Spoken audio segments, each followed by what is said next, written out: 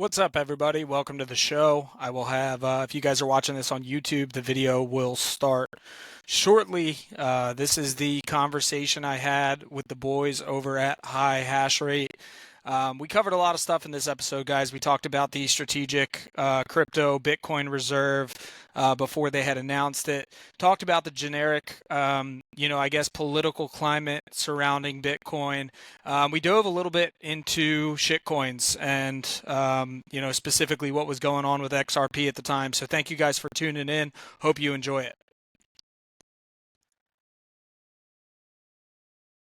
it. Great guest on, Trey, who reached out to us from this one tweet that we made, and it's, this is really the yield from this tweet was really, really amazing because we're just getting so many cool guests on here. So Trey, how you doing tonight? Good, man. I'm excited to be on. Obviously a big week with the strategic crypto reserve, whatever that means, coming Friday. IMF El Salvador. So, let's see what we can't come up with. Yes, so but even bigger news than the strategic Bitcoin reserve or IMF's giant loan trying to tell El Salvador they have to stop buying Bitcoin. Bigger news than that. You started your own podcast. Is that what I heard? Yeah, I did. Tell us about this. So, yeah, I've been in the space for a little while. I've kind of been one of the people that's just, sitting and watching on Twitter and adding to the discourse a little bit. And finally just kind of took the leap. You guys are the beneficiaries. I got my fancy new mic here tonight, so hopefully it sounds good. And so, yeah, I started the show. I'm going to try to do one episode a week. I'm going to eventually get guests on there. And it's like I think of it very much as like a Bitcoin 101 show. Like maybe at some point we'll get into guests with technical analysis and charts and all this stuff, but that's not my game. Half the time I don't know what I'm reading. I know how to read, M2 liquidity, because that's one of the only charts I think that really makes sense, at least to a certain degree. And that's, that's kind of what we're going to do with it. Keep it light, keep it fun, probably very similar to, from the episodes I've listened to for you guys, similar vibe. I think sometimes this industry gets a bad rep for being a little too tight sometimes, and just kind of want to keep it loose and give the people some content. Right. We started this, and we've talked about this before. It was. I feel like we talk about this every single episode. Yeah, maybe. I mean, we talk about it a little bit, but it's a good point. It's obviously it goes to show that anybody could start a Bitcoin podcast, because when you start, you don't want to give the wrong impression. Like, hey, come to me. I'm going to help save. I'm going to turn your portfolio around. I got these charts. I know how to follow these. If you follow these patterns, you can trade. Or it's like you're not necessarily an engineering expert, so you're not going to be able to give like really deep guidance on the Bitcoin protocol. But like us, you've been lurking on Twitter. You've been contributing to the discourse. You've been keeping up with I don't know if you are a part of the 40 hours per week of listening to Bitcoin podcasts. Like, yeah, but that's like, the our friends at the Bugle created that, and High Hash Rate has been, inducted into the 40 hours per week approved group or whatever. But it's true. It's like what do we do? You listen to a shitload of Bitcoin podcasts and you're on Twitter all day, and it's time to start a podcast, and it's like you can't resist that. Yeah, for any of you guys listening that that have girlfriends or wives, they love it when you're on Twitter all day and listening to Bitcoin podcasts all day. They're fucking stoked, So they know that their future is secure because you are doing the work, and you're gonna be rich. Yeah. They love it. They love it. That's what you gotta tell them. That's it. I'm just like you'll thank me later. You know what I mean? No, but I think it's important too I think that social media in general, there's just a lack of authenticity. So I think people appreciate when you kind of tell them, hey, here's my point of view. I'm going to share what I know. And, if I don't know something that people want to know, then get somebody on there to explain it better than I could. And I think that's very rare today to just have people not try to act like the fucking crypto gurus that pop up every 4-year cycle, to turn people's portfolios around. Right. And what is your background, and like what perspective? I mean, because that's going to inform your perspective on your podcast. Like, so what's your background? What do you feel that you have achieved ADIQ level, sophistication in, where you can notice things and talk about things and connect the dots on the podcast now? Yeah, I mean, that's a good question. So my traditional background is like pseudo finance. So I've been in the mortgage industry for a long time. So, obviously the 10-year treasury yields and all of this boring shit in the mortgage industry that we equate certain things to kind of runs parallel with the Bitcoin network. And I think that part of my story is a little bit unique. So my cousin was in Bitcoin, worked for a company called Honey Badger back in 2013 in San Francisco. That's the mining one? I don't know, honestly, man. Like, so I'm 31 years old. So at that time I was in college, and didn't really, that's part of it. Like, he brought it up to me. My aunt brought it up to me, and I was just like, no, I'm thinking of Honey Miner. Sorry. Oh yeah. Honey Miner. Yep. Yeah, So yeah, he was with Honey Badger. This is like obviously prior to the block size war, which he was in, unfortunately, in the Bitcoin Cash camp. So when I finally did get a little bit interested. Oh man. I know. So tell me, so this is like a true case of like a family is divided. Family like feud, you got one cousin is a Bitcoin casher and one cousin is a Bitcoiner, and it's like you guys still go to Thanksgiving together. Oh, But yeah, but like well, every Thanksgiving you are smiling way more and he is like frowning way more. Well, yeah. So he lives in Arizona, so thankfully the Thanksgiving thing, doesn't come into play too much. But it's like just this classic case of everybody that gets into Bitcoin now thinks that they're late, and I'm like, no matter when you come in, like that's what you think. Like, you always think you're late to it. It doesn't matter what point in time it was. And for me, it was like, okay, he told me about it in 2013. In 2017, he told me about it again, and it was Bitcoin Cash this time. And I was like, I didn't really care. I threw whatever broke, college kid money that I had into Bitcoin Cash. And I think like 2021 was like when I went full bore.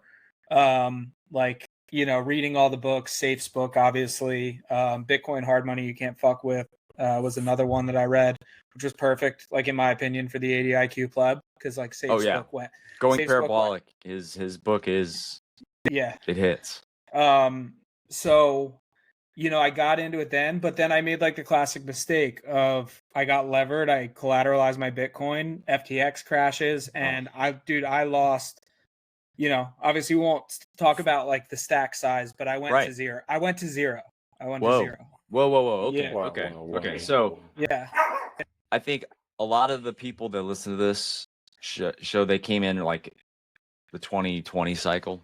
And so like everybody, we had, my dad was on BlockFi. I had to like call my dad and be like, dude, I told you to get your shit off BlockFi. You got to do it. You got to stop like waiting. And he's like, he gets off his ass, and he didn't get caught in BlockFi. But like one of my buddies who I used to work with, who was like one of the first people I like super hard orange pilled, dude lost it on Celsius, all of it.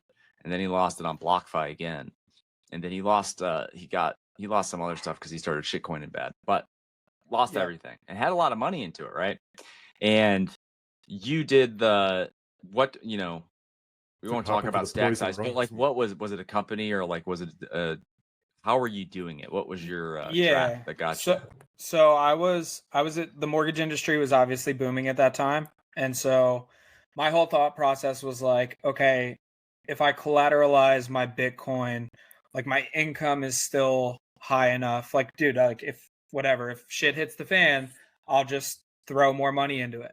But as you guys know, a lot of times with these market cycles, especially if you're in like that same business of when the printer's running hot, like the mortgage industry's good, Bitcoin's good, everything's good. Printer dries up, everything dries up. And like, I was still so new in the space at that point, not just Bitcoin, but in the mortgage industry, that I didn't realize it, right? Like you think like the $20,000 months are just going to keep coming every single month, and they're going to get bigger and they're going to get bigger. So in 2022, like February, March, my income got cut by probably 70%. And that was like coinciding with the Bitcoin, the Bitcoin dip at that time, post bull market. And so now I'm sitting here. It was actually a Bitcoin collateralized loan through Nexo wallet. And I was on Nexo. I was on Nexo. Yeah. I was on so many of those things that I just missed getting clipped. Yep.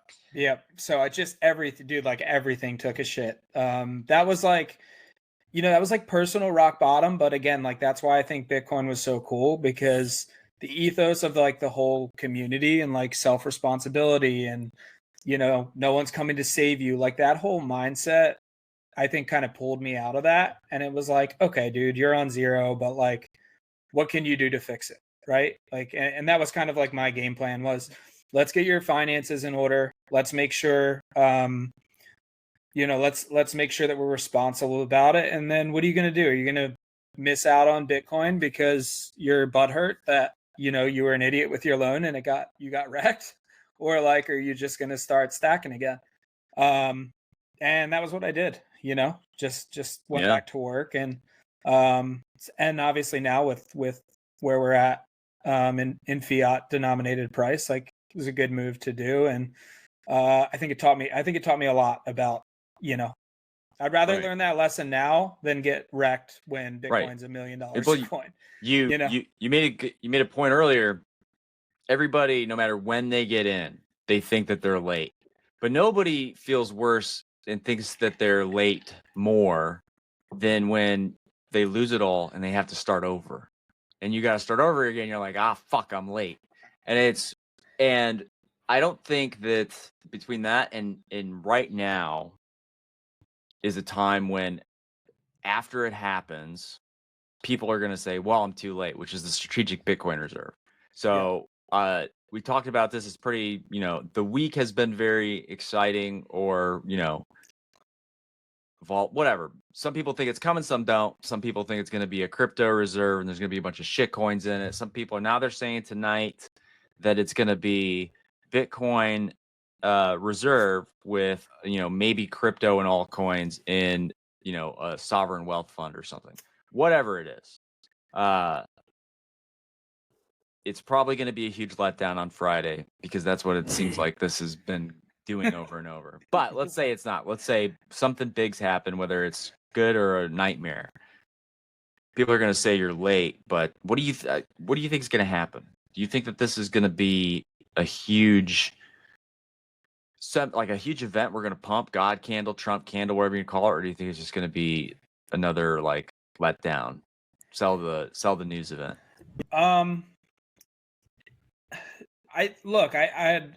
The honest answer is I don't know. I think, and we were talking about the podcast earlier, like I think when we reach hyper Bitcoinization, like, or we start getting closer to it, like the discourse will change from an investment class to a savings technology, and I think that's how you combat like the whole like, oh, I'm late to Bitcoin thing, is like, if that narrative changes and people understand that it's going up forever, because of math, then I think that kind of alleviates a little bit of that, I'm late to Bitcoin, right? Because when you're looking at it as an investment of like, hey, I want to make 10x my money or 100x my money, and like those price ranges, while people in the space can see the writing on the wall and know that they're coming, it's very tough for people to come into Bitcoin and see $100,000 a coin of this magic internet money and think that someday it's going to be worth 10 million or 20 million or whatever, whatever Sailor's mid case target is, or base case target is 20, 13 million over the next 21 years. Like that's very hard for people to fathom. But I think if you can control the discourse with people and let them know like, hey, like this isn't just an investment, like your money is literally being fucking stolen from you. Like this is a savings technology to not have that happen anymore. I think it kind of helps with that. I know that was a little tangent. I have a tendency to do that, so I apologize. But as far as like this crypto reserve announcement, um, I do think that they're going to end up doing it. I just don't think that like if he's got people that are actually, he meaning Donald Trump, if he's got people in his ear that are actually controlling the narrative in a positive way for Bitcoin, like why would you announce it before you've bought it? Like it doesn't make any sense to me. Right. You know? That's that is the problem is that it seems very much, it's like superficial. There's like all the people in the crypto reserve, like that category, the people he's taking pictures with and he's had out to his events. It's the dipshits from Ripple, like yada yada. It just seems like a political show to they gave him a lot of money, so he's giving them notoriety, he's giving them big announcements with their company's name in it, their coin, and then their price pumps, and they can sell yada yada. He's basically given that to his donors, and but it seems like they're going to add Bitcoin to the to this whatever this fund is. But when you really think about it in the long, the big scheme of things, even if they bought a few $1 billion of Bitcoin, I mean, we're like almost $40 trillion in debt. Like this is peanuts. So like what they're doing is they're buying it, but I don't think that they don't care about announcing it because it's not serious enough. And maybe they're just hoping that it will like keep the momentum going. But I think that we think that this is a very big, important decision, and I think for them it's more of a how can we structure this so that all the people that donated money to us are happy with what we did.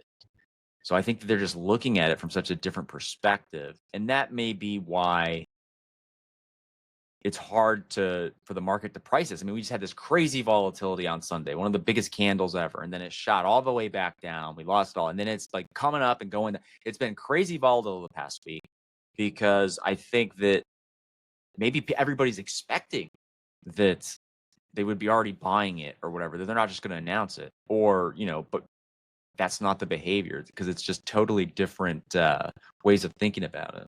I don't know. Yeah, I mean, I like that perspective of like the donors, trying to keep I don't like it, but like I like the thought, you know what I mean? Like where Right. you're coming from with it. Makes sense. It makes sense of like trying to keep all the donors happy.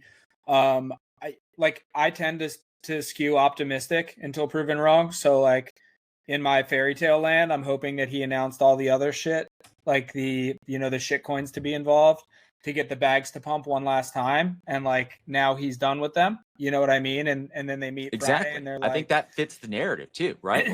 like it's like here, it's what he did with Matt Gaetz. He's like, Matt Gaetz is not going to be the attorney general. He's not ready for it or whatever. He doesn't have the baggage, but he's been a huge supporter of me. So I'm going to throw him up. I'm going to make him, I'm going to give him a shot. If he makes it, he makes it. He didn't make it. Trump's just saying, listen, thank you.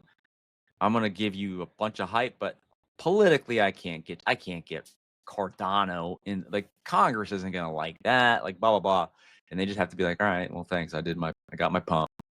Yeah, exactly. And like, I also don't love the idea of this being passed through executive order, because if things do skew the other way in 4 years, like what's going to happen? I'm also like of the opinion that both candidates on both sides are going to run a pro Bitcoin platform like the next election.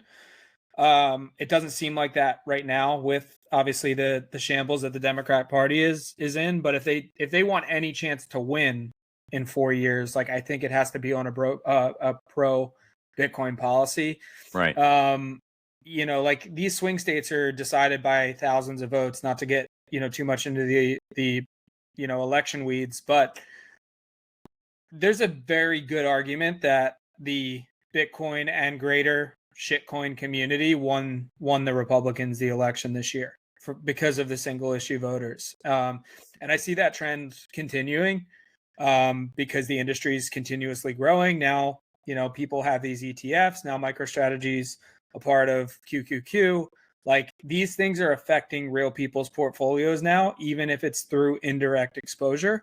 And so they're not going to vote for anybody. That's going to, I mean, like, dude, fucking 4 years ago, if you would have told me that RFK and Trump were both going to be campaigning and speaking at the Bitcoin conference before election year, like, I would have said you guys were nuts. Like, I remember. No, right. It's happened so quickly, and it's like almost like we haven't had time. So there's just, I think I was like going to roll into the next point, since you already brought up politics, is that this is, the ethos before was like very fuck the state, like this is separate money from state, which now it's kind of embroiled into or rolled into this, oh shit, they're gonna buy. That was part of the thesis too. Like, they were gonna want to buy, like the state was gonna either attack it or they were gonna embrace it, buy it. And it's so bullish and like exciting, and like so many things are happening. But there is like this, a lot of people are bearish, or like they think that the strategic reserve is bad. Like, no matter how you like shape it, like the government buying it, whether it ends up being like something where they try to hard fork it, or they try to control it or clamp down on it, or whether or not they just control the narrative on it, we didn't have time to stop and think about, well, what are the trade-offs here? It was just kind of like, oh shit, nobody cares about this. Oh shit, the president is like campaigning on it. And it's like, boom, it happened so fast. So like, what is how do we prepare ourselves to not let the government fuck up Bitcoin? Well, I think that's the point of it, right? Like Bitcoin has withstood all these attacks, and come out stronger on the other end of it. I also think like aligned incentives is super important. So like, why would you change the network or why would you try to change the network? If it is going in your direction, especially if you're a first adopter of it. I've thought about this a lot as far as the strategic reserve. One, Bitcoin is money for enemies. That's the whole reason that it exists, right? So if you don't align with the state and they buy it, great, it's working as intended, right? So that's one way I think about it. And then the other way that I think about it is, like, if a nation state was going to adopt it, I would want it to be the US with the checks and balances in place for it. Like, I don't like, what would scare me is if we get behind Russia or China or some of these other nation states with not that we have a good track record at all, but with a worse track record of human rights and totalitarianism. So the way that I think of, and I guess the third way I think about it too, is that if it can actually put a chunk rather in the debt of our ceiling, and it makes lives better for the people that I care about around me, if they actually don't fuck it up, and that does happen, which is a big if, then I think it's a net benefit. And so like, I'm not like sitting here lobbying for it. I don't think we need it, but I think if it happens, then like, I don't think things are going to fundamentally change. Right. You know what I mean? Like, I think what I kind of, my response to like detractors who are just like, oh, they think that the strategic Bitcoin reserve is a bad thing, or it's gonna be a bad thing, is I same with the ETFs, because it was the same argument then. Is it doesn't matter to me if people think it's good or it's bad. What I think, it's an inevitability. It's going to happen. Like, this train like is going, it doesn't stop. Like, it consumes everything, and it doesn't always consume the system the way that we like maybe expected it or we wanted it to, but it is consuming the system. And you just have to like try to position yourself, I guess. I don't know, but some people think that it's difficult to get everybody else on board. It's like, we're like the Democrats, do they like it or not? But you seem pretty optimistic, where everybody's kind of catching on that this is a valuable thing, and whether you're left, right, super Bitcoin maximalist or not, politician or not, like the incentives are going to be there to be like have like a supportive position of it in the country, and you think it's starting to catch on? I think it's catching on where it matters. I mean, you're going to have like that far left side that's just like, whatever Trump does, they're not going to like it. It doesn't fucking matter.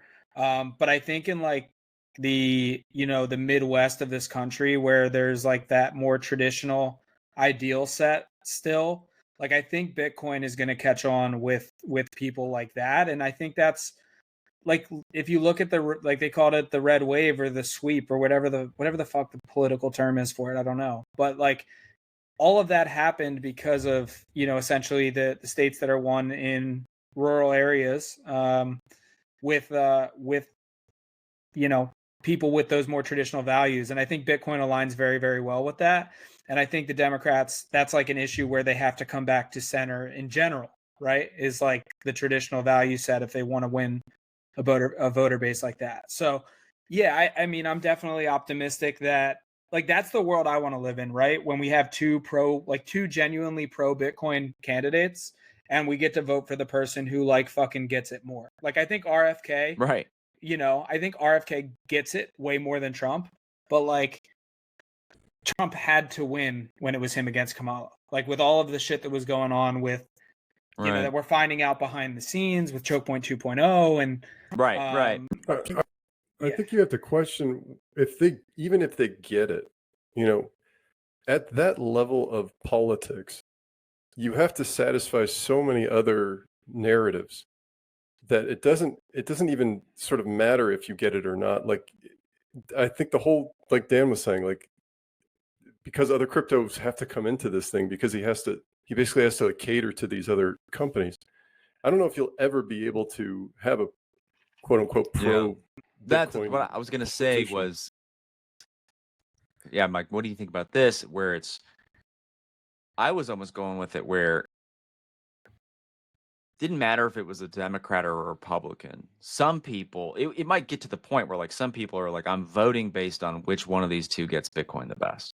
Because Bitcoin is one of those things where you could get up there and you're left this or right on all these policies, but you can be still like very knowledgeable about Bitcoin and like really supportive of it. There are Democrats, there are people on the left who really are very passionate about Bitcoin, and they would elevate that. So you could get to a situation where like Bitcoin and just getting Bitcoin is like, does the president understand the economy, or is the president going to be good on social issues, or is the president going to be good on foreign policy, or is the president going to be good on Bitcoin? And it's going to be like one of those issues where people are like, I want to hear his thoughts about the future of Bitcoin, or like what these regulations should be, wherever. Like that's one of my main issues. Yeah, I that's exactly what I'm getting at. Like I think the pendulum moves slow in society, and we've gone so far to one side, and now we're coming back. And I do think it's a gradual process of people starting to get this thing, and that's the best part about it. That's why it's grown so rapidly, is like it seeps into everything it touches. So like now you can, like before you could count Cynthia Lummis like as far as like the one person who is standing up for Bitcoin in the Senate. And now it's you have people in all these different jurisdictions that are like at least seem to be genuine Bitcoiners. And again, it's politics at the end of the day. So like none of these people are going to be our savior, but it definitely helps to have somebody who's looking favorably towards your industry, as opposed to what we saw for the last 4 years. Right. At least not actively attacking us. Like, yeah. I'm going to go for whoever's not trying to put me in jail first and foremost. If you guys understand nuances, later on, that's fine. But like the person who is not trying to throw me in jail is who I'm supporting. That's a pretty logical position. The person who's not trying to, I'm with you on that. The person who's not trying to fucking debank me for coming on a crypto podcast with you guys is the one that, or I'm sorry, I just called it a crypto podcast, a Bitcoin podcast with you guys.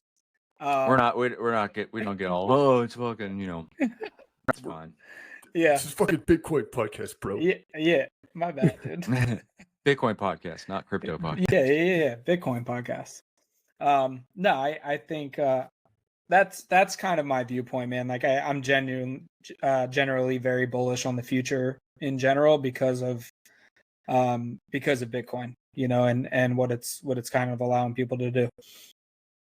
If the actions of Trump have shown anything to me, it's just that no matter what someone says at that position, it's like you can't even there's no way you can trust what they're saying. You don't know what's gonna. It's just like the price. Like you don't know what's gonna happen. So I tend to think like the whole society adopts Bitcoin, hyper Bitcoinization via the top down. I don't think it ever happens, to be honest. I think shitcoins will persist forever, and that well, to be honest, like we'll all just we'll all it comes from the inside. It comes from within. Right. You've talked about this a lot. You've talked a lot about this, Dan. Yeah, that's why this gets to the other big news event of the week perfectly, right? The El Salvador experiment. So El Salvador made Bitcoin legal tender. They pushed and promoted that. They gave everybody a fucking wallet, government made wallet. They gave people free Bitcoin. And what? I think that the recent report said that it was 8% of El Salvadorans use it, for some sort of payment. It was very relatively once every couple of weeks. It was 8%. But that seems bad, or that seems like bad results. And then of course we get into the IMF stuff, but that's more than in the United States. It's more than these other countries. So it did have an effect, and it did give people the opportunity. There's definitely some goods that came out of El Salvador, but it's certainly jumpstart the narrative. It didn't last either. What's your take on it, Trey? I mean, I think the term government wallet is kind of for people in the Bitcoin space. Good point. Right. It's exactly. Again, it seems like he was fired up about it and had the right, I guess, thought in mind, trying to help adoption in the country. But you don't want a government wallet. And I think, there's a few high profile Bitcoiners in the space that have kind of talked about, those discussions in the early days with El Salvador. And I don't like that forced adoption. And from what I've heard from people that are over there, it was never really forced. They didn't have to take, Bitcoin. Right. I've been there a couple times. Me and Mike, that's where we met. I will say this, nobody got forced except for banks and a few corporations, where you have to be able to accept it. So they had to I bought something at McDonald's with Bitcoin, right, on the Lightning Network. But you can use whatever wallet you wanted. And I guess my one defense of the government wallet, I would never use a government wallet. But if the government's going to say that this is the legal tender, and people don't want to go find their own wallet, I guess they kind of got to give them some way to pay their, make their payments, whatever. But yeah, it's it was, it wasn't forced and it wasn't widely adopted either. Yeah. I agree with you. When you put a wallet in that context, it definitely makes sense because obviously, here we would just, it's the same thing here, in my opinion, as having a Chase bank account that also provides crypto services. Right. It's very similar in that context. And so I get that aspect of it. And I think, for the record, we'll see what happens with this whole IMF deal. And, I'm kind of reserving judgment because it looks bad. Bukele's on Twitter saying one thing, there's clear documentation saying they can't buy it. I don't know if that's with the loan money, hey, none of these funds can be used for it. Right. But if those funds can be used for everything else, then all of your state funds that you would be funding can be used to buy it. So it's coming from somewhere. So I think that's super interesting. Well, I would say if you owe somebody, $100, that's your problem. If you owe them a couple $1 billion, that's their problem. because you got the money already, and they need it back from you. So once you got the money, and if you decide to spend some on Bitcoin and Defiant, like they're gonna be mad at you. But you know, it's their problem, really. If they want the money back, you could, like, we'll still pay you back. But no, that was just kind of an aside. But yeah. So, question for you guys. Like you guys, I think both mentioned that you don't see shit coins going anywhere. Like you think that Right. they're just going to be around. Right. I'm on the fence on that one. I'm on the fence. Got it. I think that they're definitely going to evolve, and like, they already have. So like a few years ago, well, before block size wars, right? Like everybody was just trying to be the next Bitcoin. It was just a proof of work payment coin. And then Ethereum comes out, and then it evolves into these, like, you're going to have these smart contracts and these DAOs, and stable coins come out, and then you've got the DeFi summer, and then you got the NFT craze, and now it's boiled down, it's coalesced down into like meme coins, just pump and dump meme coins. So it's like there's this element of this technology that lets people, whether you need a blockchain or not, to gamble, to play these games. It's like there's all sorts of financial, like, whatever. It's all speculation, it's all gambling, and the people who are like doing the pump and dumps they're criminals, whatever, they're frauds. But whatever it is, it's gonna keep happening. Now, is it going to have a narrative of competing with Bitcoin? I think there's always going to be one or two that's going to be like, oh, we're the next Bitcoin, or this is the flippening or whatever, and there's going to be stable coins. But I just don't think that you can't win a war on drugs, you can't win a war on crypto. There's going to be that element out there, but I think it evolves as like what it becomes. I think you made a great point. Sorry, go ahead.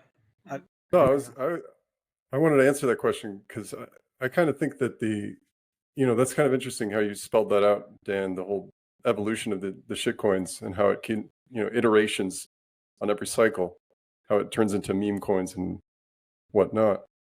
But I kind of think that it's, as long as fiat exists, or the concept of fiat exists, I don't think you can really undo the shitcoinery that goes on. Like eventually, we could be living in a world where Bitcoin is the shitcoin, like, where the true asset that you have is somehow, only a few, it has, coalesced into so many minimal amounts of hands, and that it's all derivative from there. We don't even know where it's to be headed. And I just think that as long as we're able to trade for the future, I don't see it ever going away. There. As long as there's fiat, right? Like those shit coins can't exist without fiat. The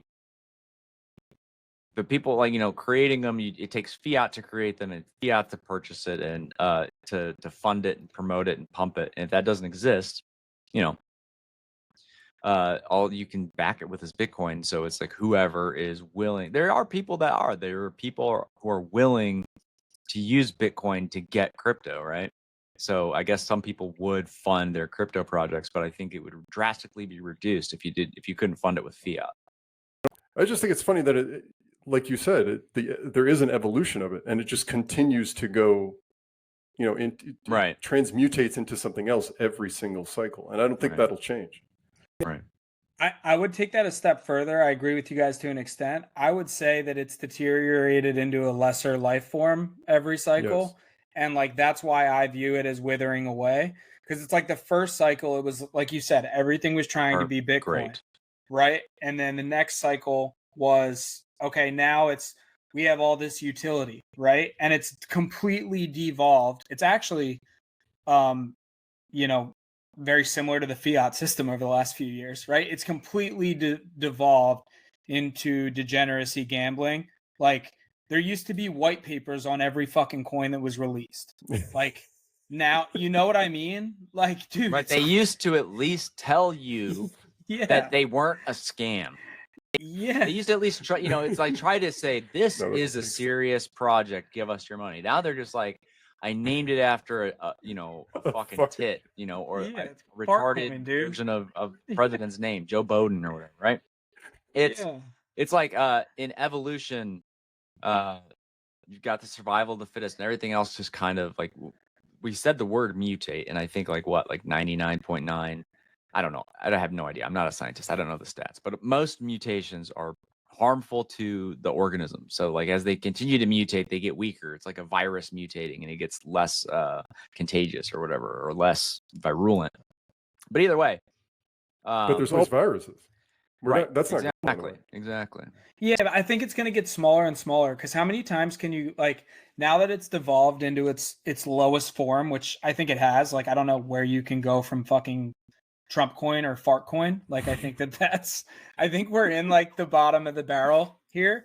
So like when you get to that lowest form and there's clearly no utility and you clearly know that people are gambling. Yeah, there's a market for it, but how big is that market? Because every person that gets like genuinely burned in shit coins either walks away from crypto or becomes a Bitcoin maxi.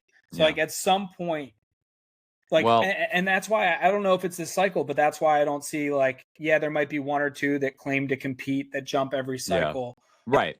I think I get your point and I agree with you, but I do, before we like agree to disagree or whatever, come to consensus here.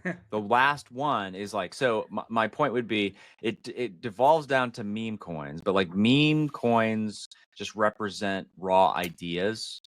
And like memes are just ideas. So some new meme will come along and whatever, it's like not the next Ethereum, but like something that tries to take itself seriously again, like Ethereum, and becomes like a very worthy scam or credible scam, or you have to you have to tell people Ethereum is as a shit coin or else they might get burned. Where if they get burned on meme coins, I don't feel bad for them. But there's one other idea that doesn't seem like it's going away and does seem like it might be. Sometimes it feels like there's a relative strength to it. It's just privacy, the privacy coins. Everybody who is worried about Bitcoin's privacy issues or the public ledger, good or bad, they are willing to make all their trade-offs for the privacy stuff. So there's always going to be like that Monero or something.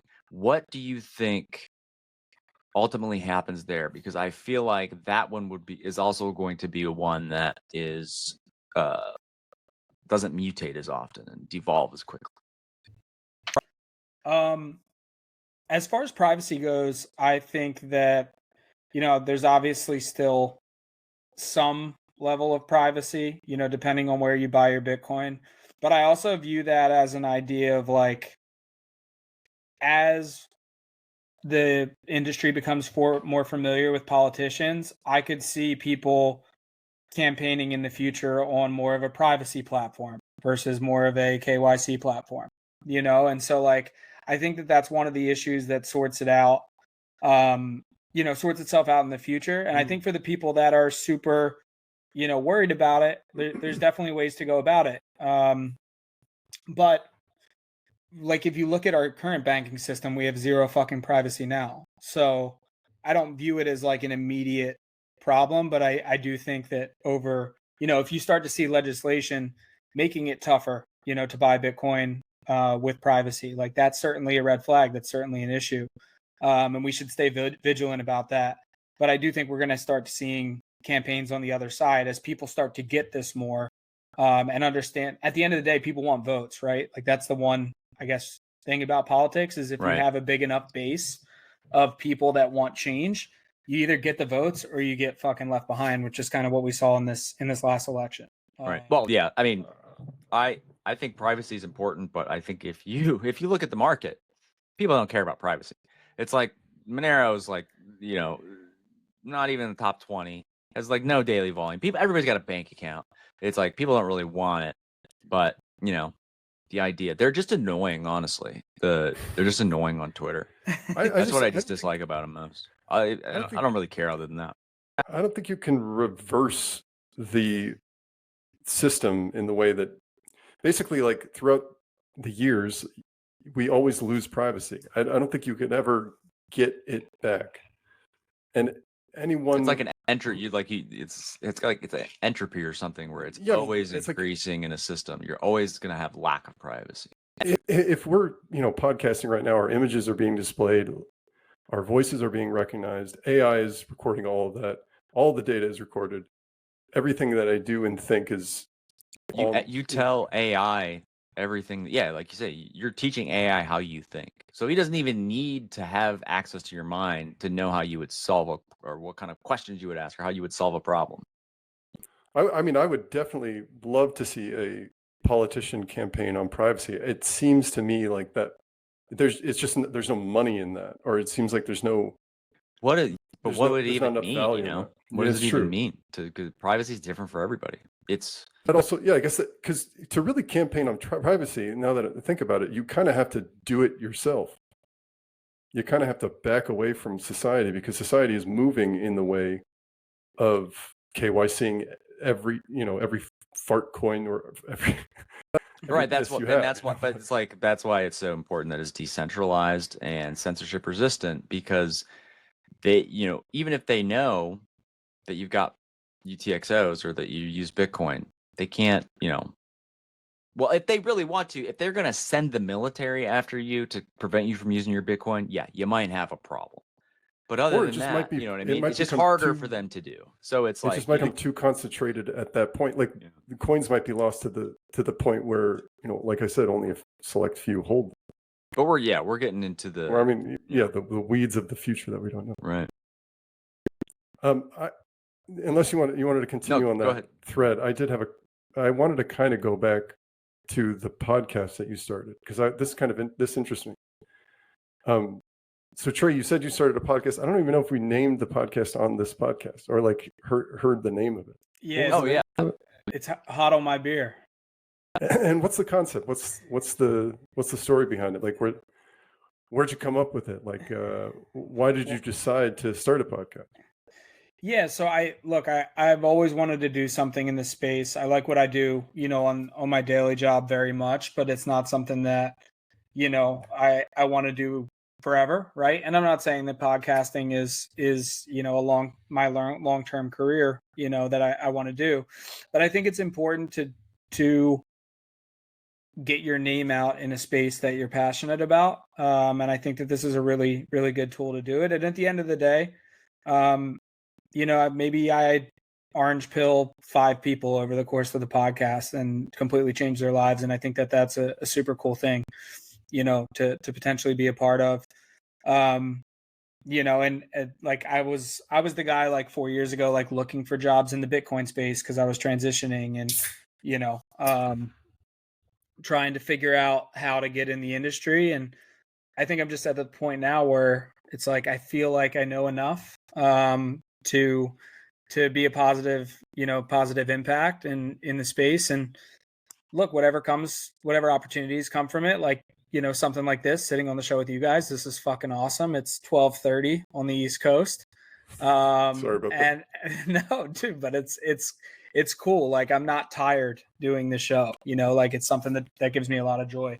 So I think that's where it kind of came from. And I think when you have fun doing things, you tend to be better at them. Yeah.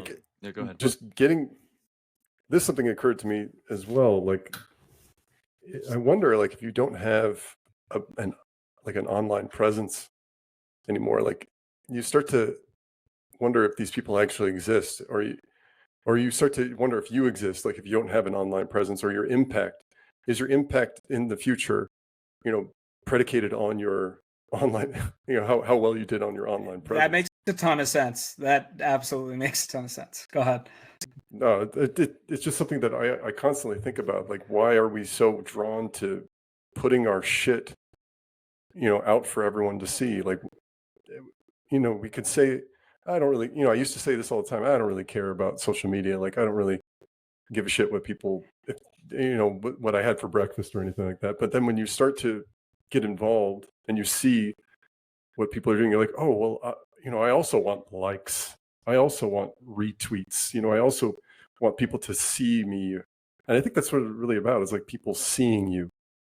Like, do the people see you anymore? If everyone's glued to a device, how do they see you? If you're just out and about. I think it's similar but different to, like, why did the Egyptians build the fucking pyramids, you know? Like it's a legacy type thing. I genuinely think that to some degree is like if you post content that you agree about or that you're not agree about, if you post content that you believe in, and it can make a lasting impact for generations to come, I think that's where that kind of comes from, in my opinion. Leave a Bitcoin podcast for your grandchildren, for your kids. Go back 60 years from now and listen. No, that's great. You're going to be able to listen back to your podcast 20, 30 years from now. It's on the RSS feed forever. That's true, and that's a good point. So, like, what is history? It's just like whoever created content that is still that was influential, that people referenced, that made it into the broader culture. Let's go. Right? Here we go. If it made it into the broader culture, and then if you didn't, or your tribe didn't, or your people didn't, you just got stamped out. They didn't keep any of your memes. They didn't keep any of your logos. They didn't keep any of your fucking songs, anything. They just said, fuck this. This sucks. Or your books, whatever. Like, that's so, and what's the best way to be remembered in history, or to leave your mark in history, right? It would be if you have a lot of money, or if you are on the blockchain, if you're on Bitcoin's time chain, if you actually use Bitcoin, like, people will be able to go back and say, like, this, this spending pattern, or like this way of using Bitcoin, this was this unique pattern, or whatever. Like, that's my great grandfather, or like that was whatever, this or whatever. It's your mark is left on history. And if you can't get too much time on the blockchain, you can at least get a lot of Bitcoin podcast influence, right? That's it. Well, the cool thing about, the blockchain, and something that kind of like blows my mind every time I think about it, is it can't, like, it's such a small idea, but like, it can't fucking be changed. Have you guys ever heard the saying that history is written by the victors? Something along those lines. So like, what we know about history is exactly. Is obviously written by the people who won the wars and told the stories how they wanted them to be told. And I think that's what's so cool to a lesser degree about kind of the Bitcoin blockchain, is like, it's incorruptible. So like, you can actually see what happened starting with the Genesis block, and I think that's something that'll be super cool to kind of go back in history to check out things like that, like different messages that were left on there. And I guess to clarify a little bit, it's not completely immutable. It is what's the term? What? It is probabilistically settled, like final. So for them to go and like restart the blockchain and move all the way back and try to like outmine it, out proof of work, that's like virtually impossible. But there is chain reorgs, like, one a block will get mined and then it'll get reorged really quick by another block. Theoretically, you could, if a nation state like wanted to today and put their efforts toward it, they couldn't 51% attack and take it down, but like, they could maybe go reorganize and change one block. That could feasibly happen in the future. Well, but it's hot, man. Any time that happened, that would just be it would be a reference point in history. It's like, something happened in this block that was so important that one of the very few reorgs took place and it was changed, right? Mm-hmm. What was that? And how did, it tells a story all in and of itself. But just the fact that, you have a very, very, very, it's like a 99 whatever % probability that you get on that block, that's there forever, barring an asteroid. Yep. We have bigger problems if a giant asteroid comes in. So there's nobody there to remember anyway. Yeah, exactly.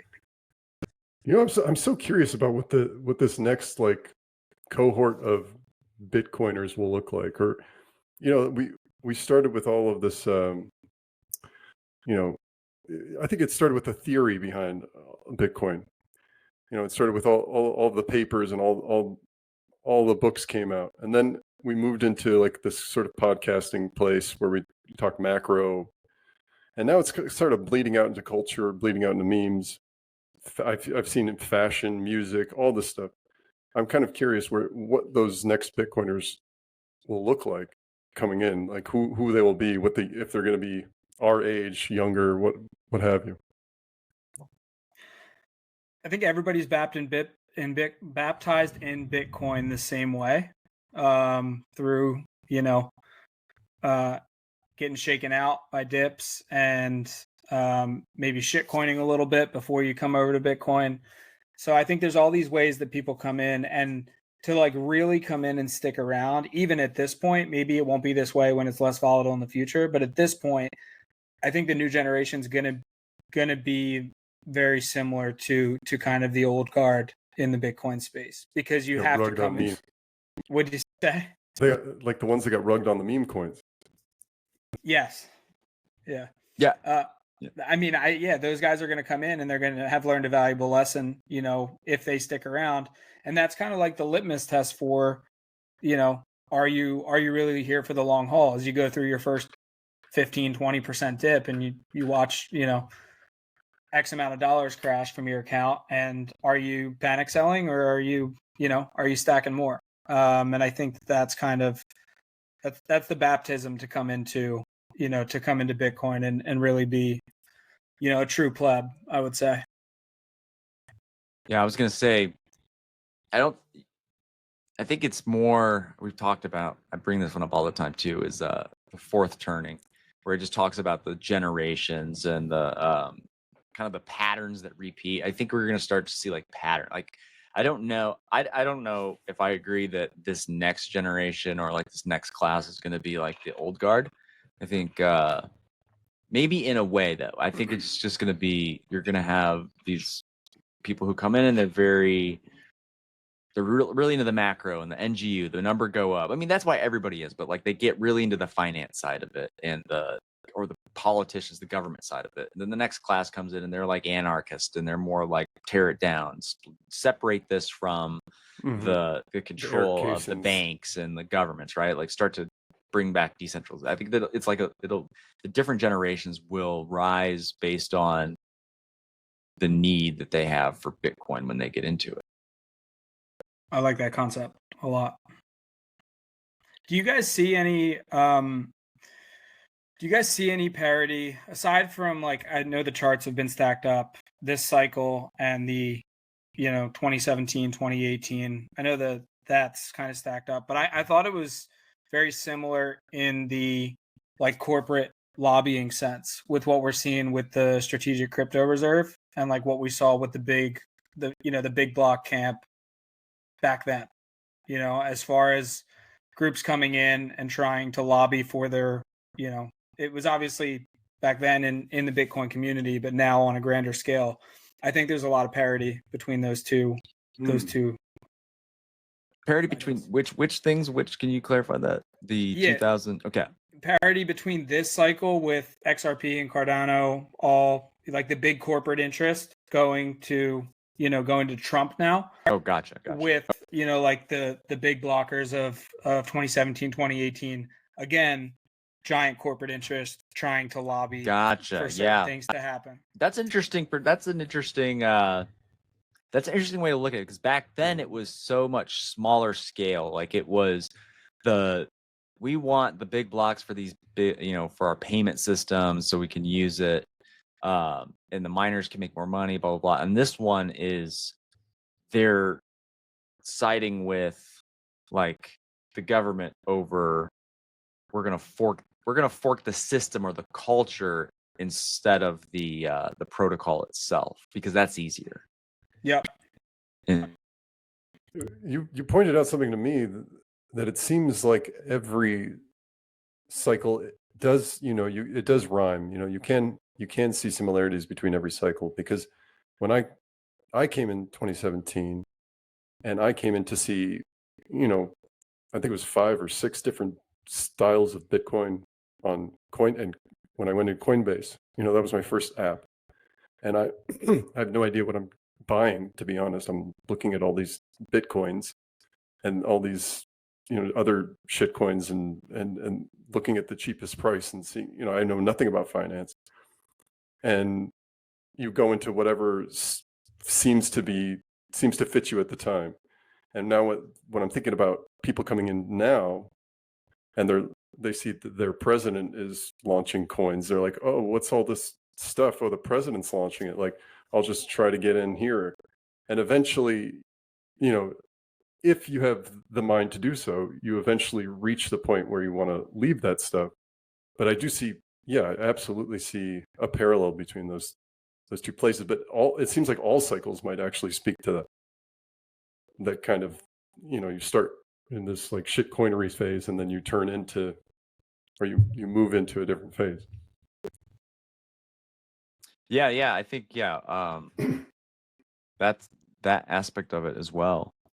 But I think closer to the people trying to fork the culture. It's more of a, like I said, a fortress. Like they, instead of actually trying to get the miners to signal and then split, you know, they fork the chain, and then they try to get the make sure the chain forks right, and then they get on this new system and everybody gets like dual coins. That consensus building is like right now impossible, right? Like if whatever the world was, whatever people and communities were in 2016 and 2017, they're way less unified. It's way more divided, and there's way just more infighting now than there was then. So getting consensus to do any real chain forks, soft forks, any sort of consensus is so much more difficult. But if you can get the culture to fork, you can kind of get them using it like the way that you would prefer, and that way, like whatever, how you're trying to scale it for your purposes, and for whatever your incentives is going to make the most money for you. Like that's going to be your attempt to just influence people's behavior, especially if they're not going to use the protocol directly. Well, it's the same thing psychologically too, Mike, that you were talking about, where it's like you go in and you don't know anything about any of this shit, and what do you look for? You look for the cheapest, like the next best thing, you know, right away. And I can remember, again, my small experience while all of that stuff was going on was logging into Coinbase and, you know, seeing Bitcoin Cash and Bitcoin Classic and Bitcoin SV, and it's like all, and you don't, you know, that's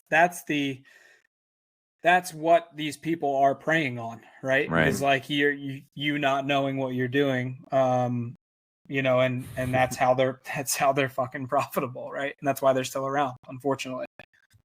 Right. They're furthering the grift just by legitimizing having it on their, it's a big regulated public company on this, you know, this finance of the future, and you come on their platform and they've just got all this bullshit on there, and they know that it's bullshit, but they can be like, you know, hey, anything could be the next big idea. This could be huge. And they know that's not true. They know it's the odds are so small, and they let them. It's just, yeah, it's a strange thing that and it's very normal. I think it's funny too how this is something that comes up every cycle, where when Bitcoin is pumping and by proxy shitcoins are pumping, because, you know, obviously the whole market as a whole is coming up.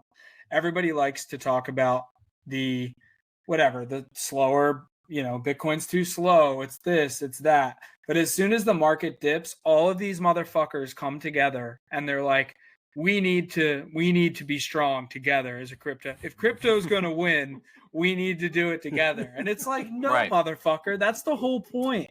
It's like the whole point is Bitcoin didn't need any of this shit. People need Bitcoin. And like when they just don't get that difference. Like, do you think Ethereum, like, all right, fucked up alternate reality here where Ethereum's the first coin, right? Do you think they survive all of the attacks that Bitcoin has survived? Like Bitcoin gets attacked because it's number one. Ethereum couldn't even. Ethereum's struggling with Solana. Yeah, Ethereum struggling with Binance. It's struggling with rolling back their fucking chain. Like because of again. Did they roll back? No, they didn't. No, they didn't. But the fact that we're even talking about it is they just changed CEOs.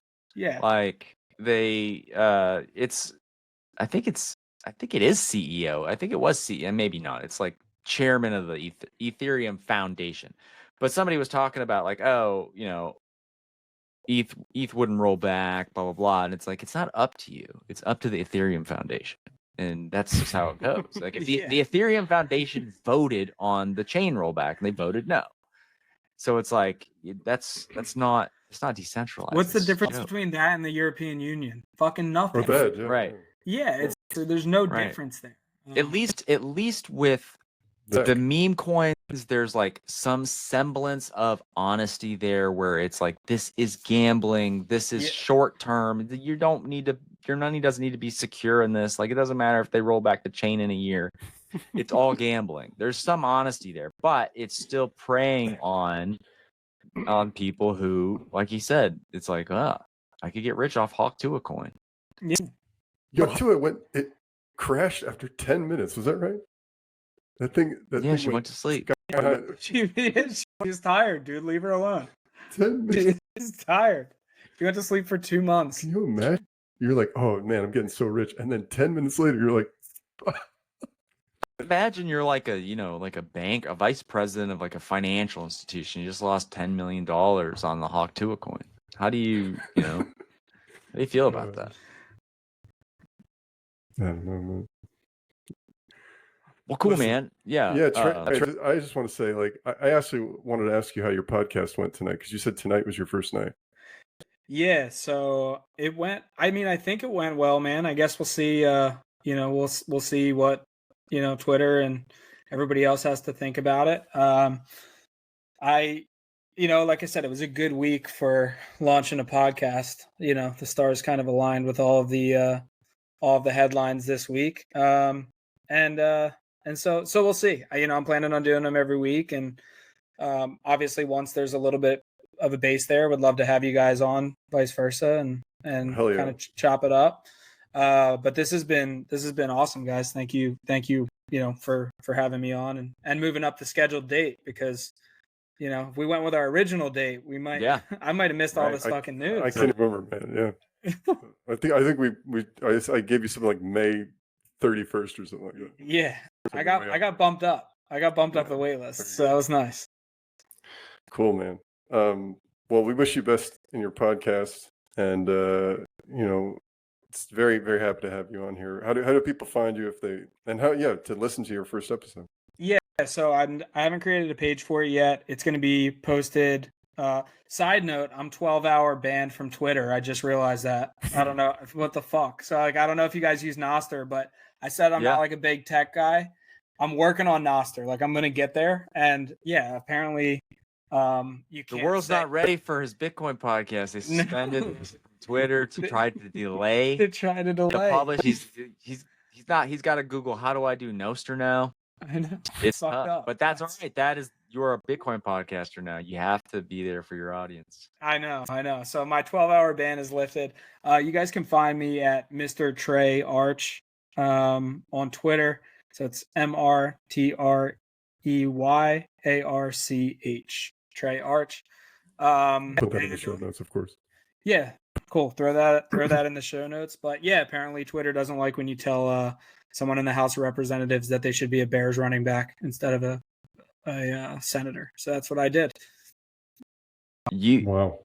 You should not. Bitcoin podcasters should not be censored calling out public servants. Yeah, they're public servants. Especially Bitcoin-centric public servants. Right.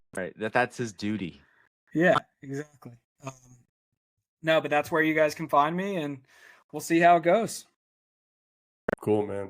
Hodl My Beer, right? Hodl My Beer. Yep. All right. Good name. Thanks, man. All right, I'll cut it there. Sweet. Thank you, guys. Let's see. There we go. Okay, cool, man. Yeah, we got to have you back on. That was a lot of fun.